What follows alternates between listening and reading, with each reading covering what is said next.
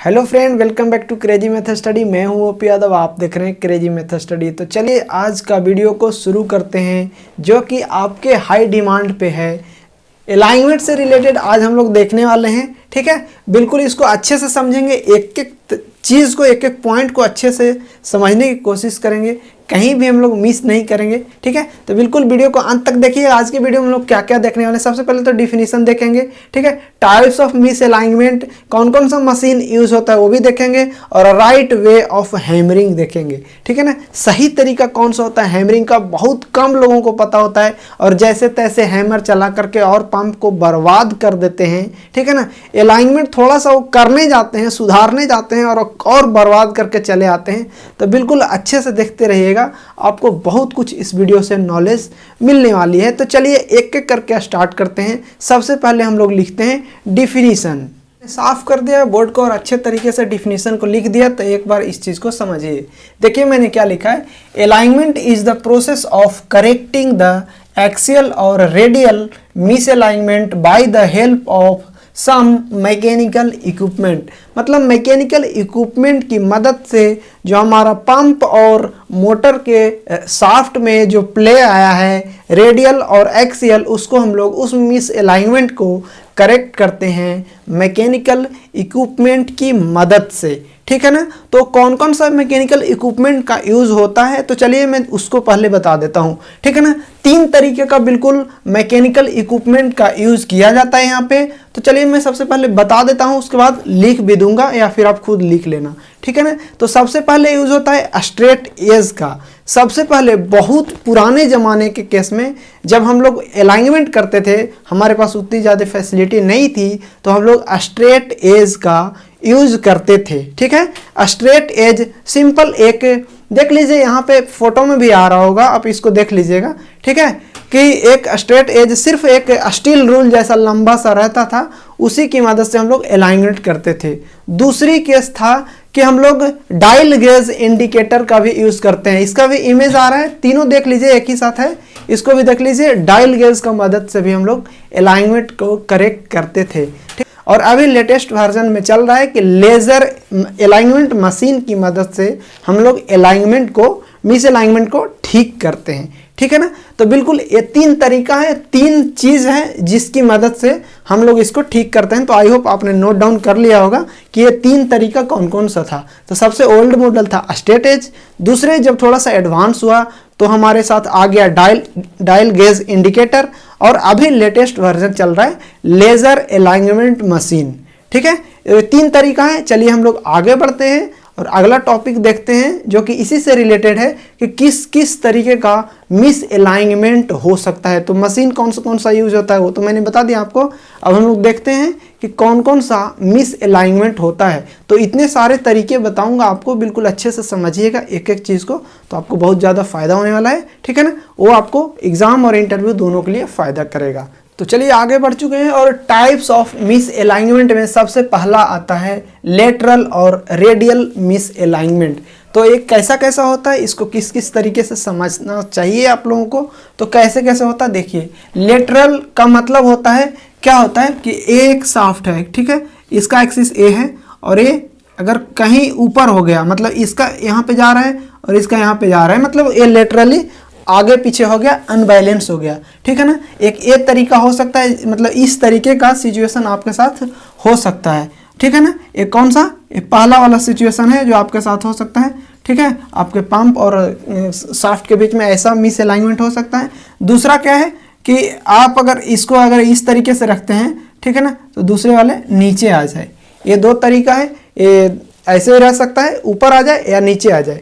तीसरा क्या हो सकता है देख लीजिए यहाँ पे, तीसरा कि जब आप पंप और इसको दोनों को ऐसे रखते हैं ना, तो ये ऐसे तो आपके सामने दिख रहा है, ऊपर नीचे वाला केस हो गया। अब ये हो सकता है कि ये ठीक है और एक आगे हो जाए, ठीक है ना। एक हो सकता है कि ये आगे हो जाए, लेकिन इसको हम लोग कैसे दिखाएंगे, तो उसके लिए सिंपल सा आप ऐसे ही याद रखिएगा, ठीक है। उसके लिए आप सिंपल से ऐसे ही याद रखिएगा, बट ये आप एक्चुअल में समझिएगा कैसे। एक एक्सिस यहाँ है और ये थोड़ा सा आगे आ गया, मतलब आगे की तरफ, आप जेड एक्सिस बाहर की ओर है ऐसे। और चौथा तरीका हो सकता है कि एक ऐसा है और एक इस तरीके से है, बट अब जो एक सामने है और एक अंदर की ओर चला गया, ठीक है। एक एक्सिस आगे है और एक पीछे की ओर। तो ये 4 तरीके का लेटरल और रेडियल मिसअलाइनमेंट के अंदर में आता है। हम लोग नेक्स्ट देखते हैं एक्सियल और एंगुलर मिसअलाइनमेंट क्या क्या होता है, तो उसके बारे में थोड़ा सा समझते हैं, बिल्कुल आगे चलेंगे। लेटरल देखने के बाद हम लोग एंगुलर और एक्सियल मिसअलाइनमेंट की तरफ चलते हैं। एक क्या क्या होता है, एक एक चीज़ को अच्छे से समझिए। एक कैसा कैसा हो सकता है, देखिए एक तो ऐसा ठीक है एक्सिस ऑफ शाफ्ट, बट दूसरा जो है वो ऐसे आना चाहिए था, बट यहाँ से वो ऐसे बेंड कर गया, ठीक है ना। ये मैच तो कर रहा है, यहाँ पे कट कर रहा है, लेकिन इसका कुछ ऊपर की ओर ऐसे जा रहा है, ठीक है, मतलब कोएक्सियल नहीं हो रहा है। दूसरा तरीका कौन सा हो सकता है, एक तो ऐसे नॉर्मल हमारा सिंपल है, ये अगर सीधे जाता तो ऐसे होता, लेकिन ये ऐसे कुछ नहीं होके नीचे की ओर हो गया, और इसका कुछ ऐसा है, मतलब इसका एक्सिस इस तरफ की ओर इस तरफ जा रहा है, ठीक है। तीसरा तरीका हो सकता है कि हमारा जो ए है ये तो ठीक है, इधर वाला एक ठीक है, बट जो हमारा एक्सिस ऐसे जाना चाहिए था वो अब यहाँ पे कट नहीं करके कुछ नीचे जा करके यहाँ पे चला गया, मतलब इतना नीचे हो गया, ठीक है। एक्चुअली इतना ज़्यादा नहीं होता है, बट मैं आपको समझाने के लिए दिखाने के लिए ये वाला बता रहा हूँ, ठीक है। इसको थोड़ा सा आप अच्छे से याद रखिएगा। या फिर कुछ इस तरीके का कि एक जो है हमारा, एक जो है वो स्टेशनरी वाला, जो 2 चीज़ लेते हैं ना, एक स्टेशनरी एक रोटरी, तो ये ऊपर की ओर भाग गया, ये इधर आ गया, मतलब मैच ही नहीं कर रहा है। ये तो अभी किस केस में, सब एक प्लेन में है तब मैं देख रहा हूँ। ये 4 तरीके का मिसअलाइनमेंट हो सकता है, एक प्लेन में है सारा तब। अब बताओ एक यहाँ पे पंप हमारा ठीक है, ठीक है, और दूसरा इस तरफ अंदर चला गया या बाहर चला गया, और इसके बाद मिसअलाइन है।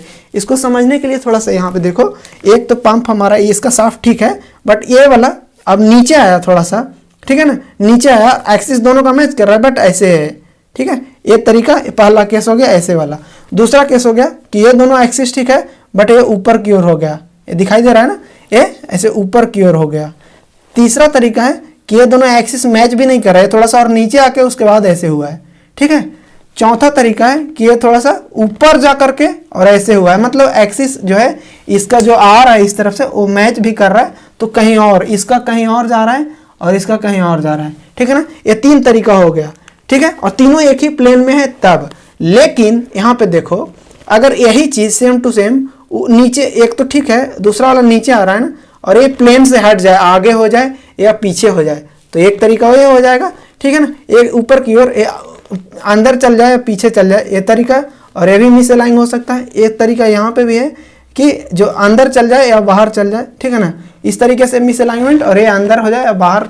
सोचो कि 4 तरीके तो एक प्लेन में हो गया, और इसके दूसरा प्लेन के अंदर वाले और बाहर वाले में, मतलब जेड एक्सिस के अंदर में हम लोग देखेंगे, ठीक है, जेड एक्सिस के अंदर में तो 4 तरीके और होगा, मतलब 4 8 तरीके का मिसअलाइनमेंट एक्सियल में हो गए, और ये 4 तरीके का अलाइनमेंट लेटरल में हो गया। तो सोचिए 8 4 12 तरीके का टोटल मिसअलाइनमेंट होता है, जो कि आपको प्लांट में जाओ पूछ लो किसी से, नहीं बताएगा भाई, बहुत कम लोग जानते हैं इस चीज़ को, ठीक है। बहुत अंदर का चीज़ मैं आपको बता रहा हूँ, तो ये चीज़ आप अच्छे से याद रखना। टोटल कभी भी इंटरव्यू में पूछेगा तो ये आप 12 चीज़ बता दोगे ना, वैसे ही खुश हो जाएगा, आपको अलाइनमेंट से कुछ नहीं पूछेगा उसके बाद, ठीक है। और ये अलाइनमेंट किया कब जाता है, तो पंप का प्रोसीजर क्या है मेंटेनेंस का, तो वो ऑलरेडी तो वीडियो पड़ा हुआ है चैनल पे, उसको आप लोग देख लीजिएगा, ठीक है। और उसके साथ ही साथ जब उसको वापस से लाया जाता है ना इक्विपमेंट को, और जब हॉट पंप है तो उसको पहले वार्म अप किया जाता है, वाल्व को ओपन कर दिया जाता है और पंप को चार्ज कर दिया जाता है, ठीक है, सारे तरीके से फिट कर दिया जाता है। उसके बाद पंप को वार्म अप किया जाता है। वार्म अप का मतलब होता है कि उसको वो जितना टेम्परेचर पे वो चलता है, एक्चुअल में उसको जितना चाहिए टेम्परेचर वो रन करने के लिए, उतना डिग्री तक पहले लाया जाता है, उसके बाद अलाइनमेंट किया जाता है। इसका रीज़न पता है क्या है? इसका रीज़न है कि अगर उस टेम्परेचर पर ले आकर के हम अलाइनमेंट नहीं करेंगे, तो पहले हम लोग अलाइनमेंट कर दिए चलो, और बाद में उसका टेम्परेचर हाई हुआ तो थर्मल एक्सपेंशन के कारण इधर उधर जाएगा, उसको और बर्बाद करके छोड़ेगा, ठीक है ना। उसके लिए हम लोग इसकी ज़रूरत आती है कि वार्म अप करना जरूरी होता है। अब हम लोग आगे बढ़ते हैं कि हम लोग राइट वे ऑफ हैमरिंग क्या है, सही तरीका क्या है हैमरिंग करने का, वो इस चीज़ को हम लोग समझ लेते हैं। तो चलिए आगे बढ़ते हैं। सबसे पहले एक चीज़ याद रखिएगा कि हम लोग अलाइनमेंट जब भी करते हैं ना, तो उसमें 2 चीज़ होता है, एक मोटर होता है, एक पंप होता है, ठीक है ना। तो दोनों में से एक चीज़ को हमेशा स्टेशनरी रखा जाता है, वो कोई ज़रूरी नहीं है कि पंप को ही स्टेशनरी रखें और मोटर को ही स्टेशनरी रखें, ऐसा कोई ज़रूरी नहीं है। इसका कहने का मतलब क्या होता है कि स्टेशनरी का मतलब होता है कि दोनों में से एक को फिक्स करके रखा जाता है, ठीक है, दोनों में से एक को फिक्स करके रखा जाता है, उसके अंदर कोई भी छेड़छाड़ नहीं किया जाता है। मतलब उसके जो बोल्ट हो गए ना, जो नीचे के हिस्सा होता है फाउंडेशन के ऊपर कसा हुआ रहता है, इसका टॉप व्यू आप देखिए कि 4 लगा हुआ रहता है, तो उसको हम लोग छेड़छाड़ नहीं करते हैं दोनों में से एक चीज़ को हमेशा, ठीक है ना। अगर दोनों को हम लोग मिसअलाइन कर दें और तो हम लोग किसके रेफरेंस में हम लोग उसको अलाइनमेंट करेंगे, तो उस केस में हम लोग एक को स्टेशनरी मानते हैं, बिल्कुल उसको कोई भी छेड़छाड़ नहीं करने की ज़रूरत है, ठीक है। तो उस केस में हम लोग इसको हम लोग रोटरी माने, मतलब जिसको हम लोग इधर उधर कर सकते हैं, उसको हम लोगों ने यहाँ पे टॉप व्यू बनाया। तो बिल्कुल यहाँ पे देखिएगा, तो राइट वे ऑफ हैमरिंग क्या होता है कि जब भी आपको हैमरिंग करने की ज़रूरत होती है तो उस केस में हम लोग किसका इस्तेमाल करते हैं, सबसे पहले तो वेज का इस्तेमाल करते हैं। कुछ इस तरीके का वेज होता है, ठीक है ना, कुछ इस तरीके का वेज होता है जिसका यूज़ करते हैं। जो इसका जो हेड बाहर वाला जो पॉइंट होता है ना, वो थोड़ा सा चौड़ा वाला होता है, तो इस तरीके का वेज का हम लोग यूज़ करते हैं। और हैमर का यूज़ करते हैं according to size of pump या फिर मोटर जिसको आपने अलाइन करना है, ठीक है।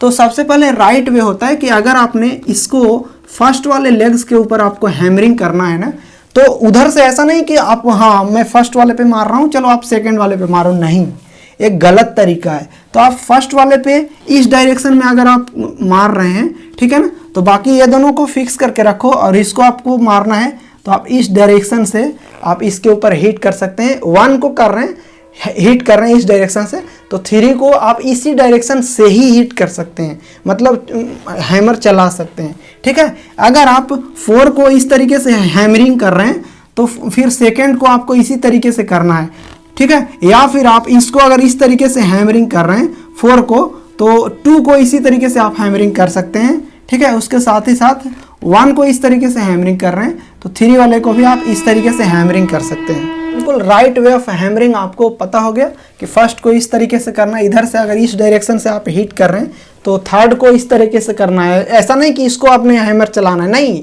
इस दोनों का भी छोड़ देना है। बिल्कुल आप फर्स्ट को हिट कर रहे हैं इस डायरेक्शन से तो थर्ड को इस डायरेक्शन से, ठीक है। सेकेंड को आप इस डायरेक्शन से हिट कर रहे हैं तो 4 को इस डायरेक्शन से, ठीक है। आप सेकेंड को इस डायरेक्शन से कर रहे हैं तो 4 को ही करना है और इस डायरेक्शन से ही करना है, ठीक है ना। उस तरीके से साथ ही साथ आप मिस अलाइनमेंट को जब करेक्ट करते हैं तो उस केस में सीम्स का यूज होता है, जो कि माइल्ड स्टील या फिर स्टेनलेस स्टील का एक सीट होता है जिसका साइज अप्रॉक्स 0.001 से लेकर के आप 5 mm तक देख सकते हैं। आपको इजीली 5 mm तक आपको वहाँ पे देखने को मिल जाएगा, ठीक है ना। इस रेंज में वहाँ पे सीम्स का साइज होता है जो कि स्टेनलेस स्टील का होता है।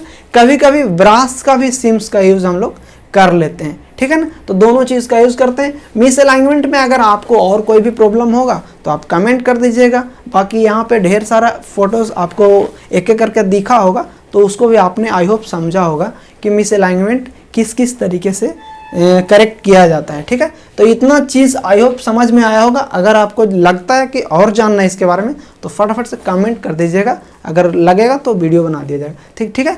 Thanks for watching, enjoy your life, have a nice day.